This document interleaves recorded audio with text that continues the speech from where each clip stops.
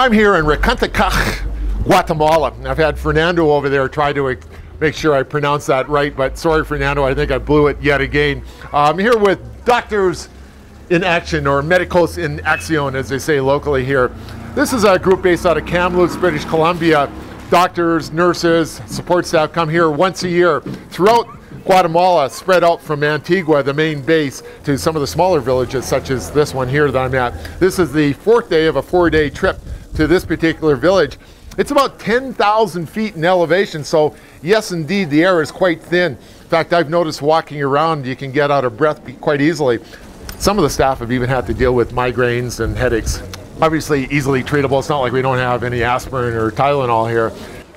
I've been talking with some of the doctors and nurses that work here, and I think they do this. They really enjoy this because obviously it's very rustic. They have to improvise, and in some cases might even get closer to the core meaning of what they went into medicine for in the first place. They are right on the front lines of providing valuable, in many cases life-saving medical care to the local people.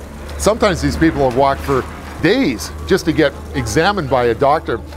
You can imagine how grateful they are once they've had something like a hernia repaired, and that may be something that prevents them from being able to work. These people tend to work in the fields. A hernia, that's a showstopper. You're not able to work, and if you're not able to work, you got no money, and if you got no money, well, you know where that goes. So you can imagine how grateful they are. They simply can't afford the kinds of medical procedures that they would normally need to fix something like that on the local medical system. So medicos in action, and there are others as well, are extremely important part of life here in Guatemala, and in fact the entire economic system in some cases centers around that, because if you don't have anybody picking the food, you got no way to make any money, you got no way to eat, and you got no way to sell it, and the country falls apart.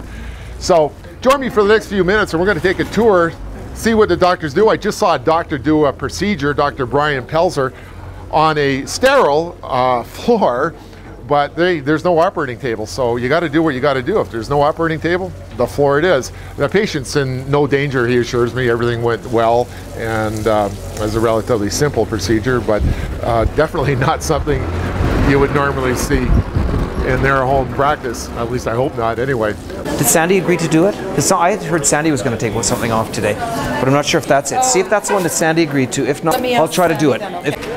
I'm just going to get my ophthalmoscope because I need to be able to see if this guy has inflammation in his eyes, and then we can decide if there's any treatment. Sandy, I'll do unless Sandy wants to man the examining room, but I'll do the examining room with some privacy. Yeah. So if you need anybody that needs to be, just stand them across. Okay. We'll do it quickly. Like I need stuff. Or we can even flip-flop it over. Yeah. Okay. So do you want some chairs, or are you okay with that table? What I would like...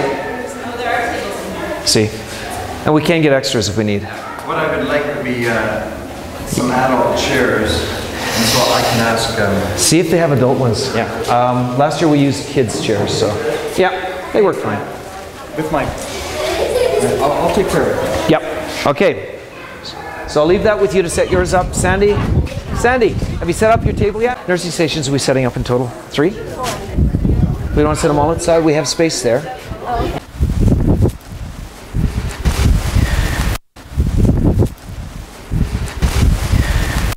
Effect a bit there. We're 2.2 kilometers up now, so it's starting to get quite warm. That should just disinfect before we go on to the next patient. All right.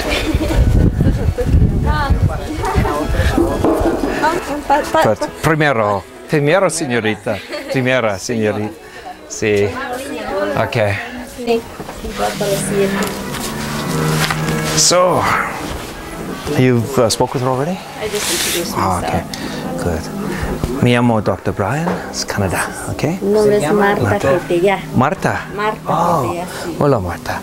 So, habla español, ¿verdad? Sí. Español? Sí. Okay. Would you ask her first of all, tell her that we understand that she has not been able to walk for 9 months. Is that? Ask her if it is due to pain or just weak. Dice que ellos. Ask her if she has any pain where I'm feeling right now. Dice que diga si le duele. ¿Dónde está tocando? No, por el momento hace 15 días, ahorita me está doliendo más es la cabeza aquí enfrente. Oh, solo aquí. Headache. Okay. Ask her if she can turn her head. Sí. Bend the knee as well. Así dice. Yes. Tiene que ponerlo duro. And also keep your go with this. Mover solo su pie, dice. Sí, solo así. Sí. Así dice. Yeah. Muévalo Up. así.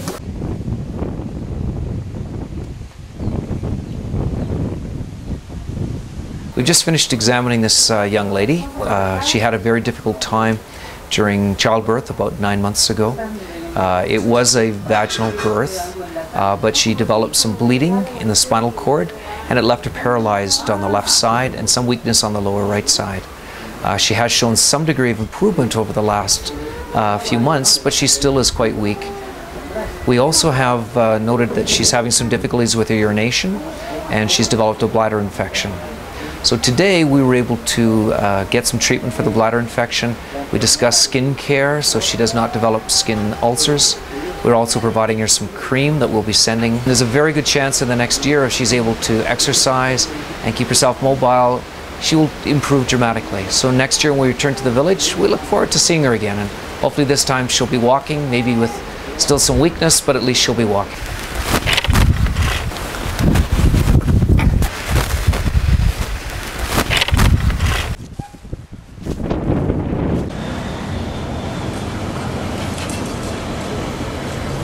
So basically, I think the best is we'll be showing the slides. Some of my slides in Spanish. Oh. Only few, unfortunately. I didn't have a lot of time. So when the slides in Spanish, it's easy.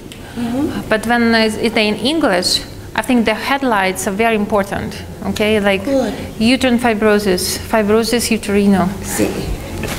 Prolapso uterino, Sí. things like that. And all my slides, it's not what I explain, it's more information. It just, I highlight those very important. I think the goal of my presentation today, to give a skill for a generalist to do gynecology, to do endometrial biopsy, and I brought some instruments to show how to do that. Very important. I'll pass it to everybody. So that's a ring forceps. You can remove a cervical polyp in your office. Okay? So I have mannequins to teach different procedures. Okay? I'll bring it next time. Because remember, you teach fisher how to fish, right? Thank you so much. Thank you. Thank you. Well, I think diseases in Guatemala are more advanced because they're not picked up early. So fibroids and uteruses are huge, and the last gallbladder that Rod did was chronically inflamed, really difficult to do, and that's sort of garden variety for Guatemala. Mostly we do almost normal pathology at home, so it's quite a difference. So Rod's sweating it out right now? He's calm now, but for the last 45 minutes he was very tense. No comments from him, but it was a hard case. Thank you, guys. Nothing I can say. We are happy, guys.